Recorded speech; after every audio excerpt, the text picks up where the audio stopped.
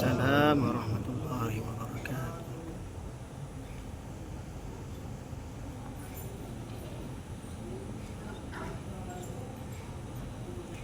Habis barang kita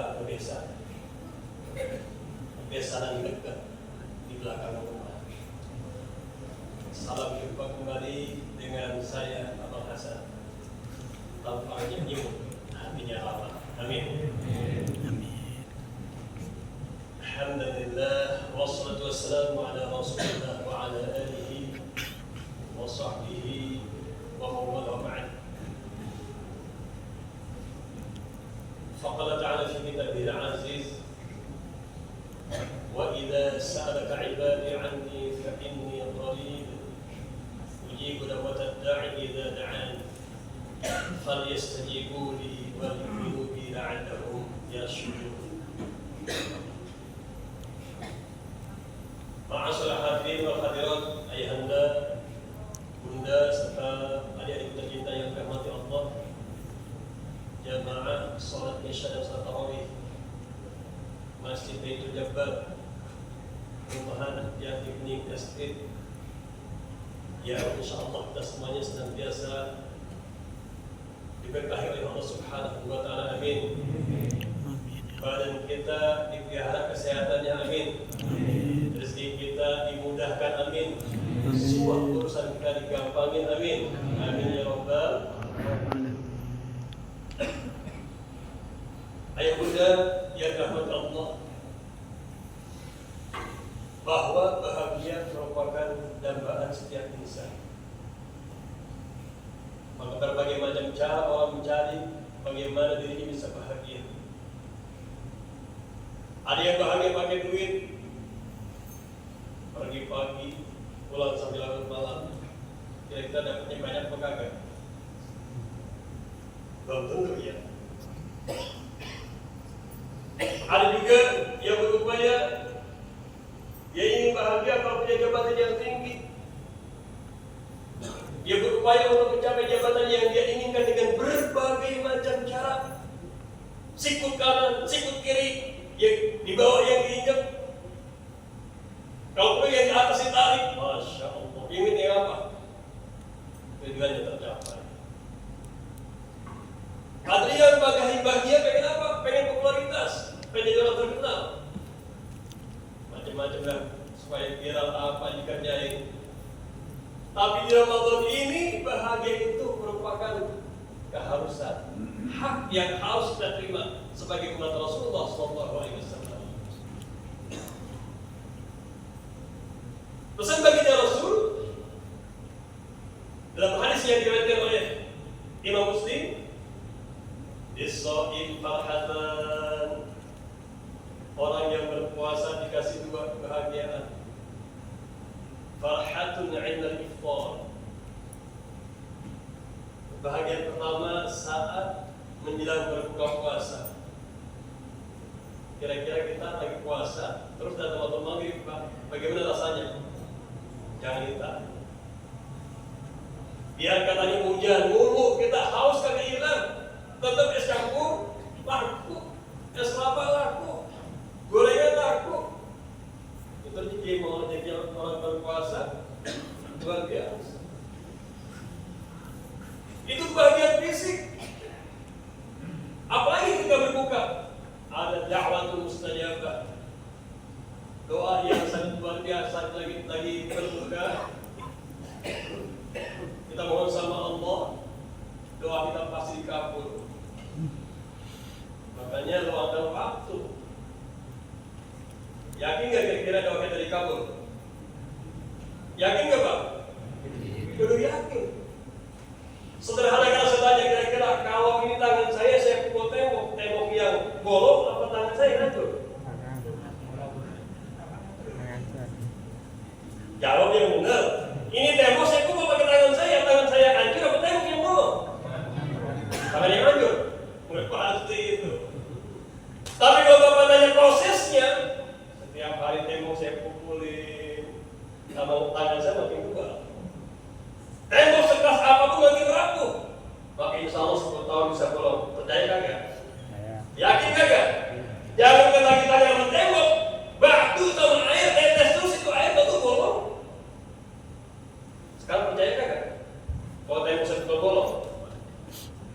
saya itu 10 tahun. Latihan terus. Itulah doa kita. Kita ini hamba yang banyak dosa. Kita mohon sama Allah. Kemudian diangkat doa kita sama malaikat. Di pertengahan jalan berdoa. Mentok gara-gara apa? Kita berbuat dosa. Kita isi lagi sama Allah. Diangkat lagi sama malaikat. Lama kelamaan doa kita sampai ke langit. Dan langit akan bolong. Di saat langit sudah bolong, apa yang kita minta Allah kabulkan. Maka disejabah. Enggak tahu sejabahnya apa. Apa besok, kalau lusa, mungkin bulan depan. Terus aja berdoa. Terutama yang paling gampang ngebolongin langit ketika kita berbuka puasa. Apalagi bagian yang kedua, wal farhatu 'inda liqa'i rabbih. Kebahagiaan saat Anda berjumpa dengan Allah. Orang yang berpuasa berjumpa kepada Allah, nikmat, bahagia, tenteram. Kapan berjumpa sama Allah? Tadi kita sholat. Orang-orang yang berpuasa ketika sholat ini biasanya hari-hari biasa kita adzan juga. Allahu Akbar, Allahu Akbar. Baru juga adzan. Tapi bulan puasa dan mengisi puasa jam 11:30 kita di masjid. Masya Allah, sudah Pak, nikmat. Sholat nikmat. Dengan sholat hati kita tenang. Dengan sholat jiwa kita tenteram. Lagi berpuasa di masa yang berbeda. Kapan lagi berjumpa sama Allah? Ketika kita lagi tilawah, nikmat tilawah. Bahkan malam hari ini mungkin udah ada yang khotam kali ya, atau mungkin ada yang 2 kali udah. Saking nikmatnya tilawah Quran. Kenapa? Karena di saat tilawah dia merasa apa? Merasa berkomunikasi di hadapan Allah. Kapan lagi ikut sama Allah, berjumpa sama Allah? Nanti ikut yang sesungguhnya ketika kita data hidup sudah habis. Kapan? Nanti kalau sudah mati. Hidup adalah perjalanan. Sepanjang apapun perjalanan pasti bertepi dan berpenghujung. Dan tepian dan penghujung kehidupan kita adalah kematian. Maka bukan masalah berapa lama kita hidup. Masalahnya bagaimana cara kita dalam mengisi kehidupan. Orang-orang yang berpuasa berjumpa kepada Allah ketika dia meninggal dunia akan terasa nikmat. Coba sekarang saya tanya kira-kira, kalau misalnya kita dikabarin besok subuh dipanggil sama malaikat maut, udah siap apa belum Pak? Siap apa belum? Belum. Belum. Kenapa? Kita berjumpa kepada Allah Zat yang Maha Pengasih dan Penyayang, kita takut. Kenapa? Karena dosa dan salah kita masih banyak. Kalau permasalahannya salah, jangan lagi sama Allah. Sama manusia kita takut banget ketemu. Saya pernah maaf, nggak boleh ngomongin orang, ngomongin diri sendiri aja. Berkendaraan SNK mati, SIM kagak punya, kagak pakai helm. Ada razia Pak, ya Allah, lihat polisi kalian paling gak mau. Bapak pasar itu, bukan bapak polisi yang galak, bukan. Saya yang punya salah. Bapak polisi mau menjalankan tugas secara tegas dan terukur. Saya yang salah, berkendaraan tidak mematuhi peraturan lalu lintas. Lihat polisi malah sama takut luar biasa. Sama mertua juga kalau punya salah takut banget. Sama teman-teman kita punya salah takut banget, minjem duit tapi gak dibalikin, ketemu takut kagak? Takut. Apalagi kepada Allah. Apa salah kita sama Allah?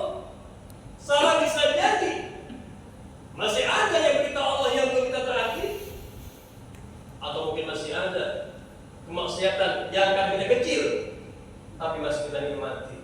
Itu salah. Dua-duanya salah. Salah itulah yang membuat kita takut berjumpa sama Allah. Nah, orang-orang yang berpuasa, kata Rasul, man shama ramadhana imanan wa ihtisaban ghufira lahu ma taqaddama min dhanbi. Orang-orang yang berpuasa yang hanya mengharap rahmat Allah,